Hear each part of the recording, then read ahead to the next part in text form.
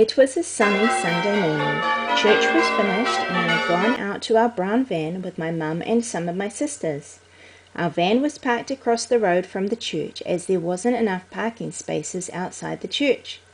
But after a while I decided I wanted to cross the road and go back to the church.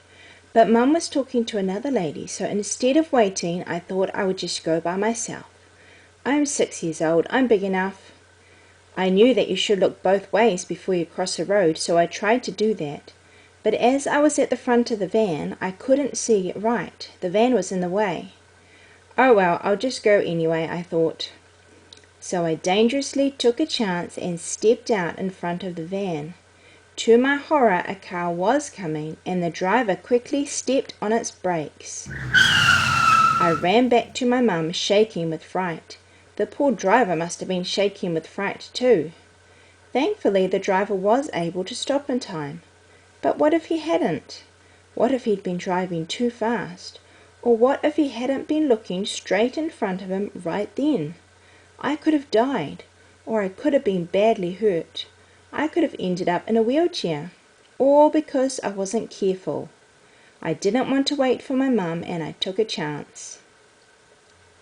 When we're not careful, we can get very hurt.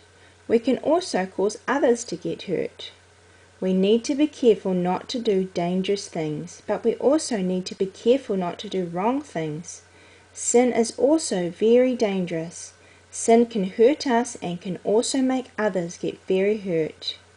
The Bible says, "A wise man feareth and departeth from evil, but the fool rageth and is confident." That means if we are wise, we will be careful and stay away from dangerous and wrong things. But if we are foolish, we'll just do what we want and be careless. I hope that you will learn from my story to be careful.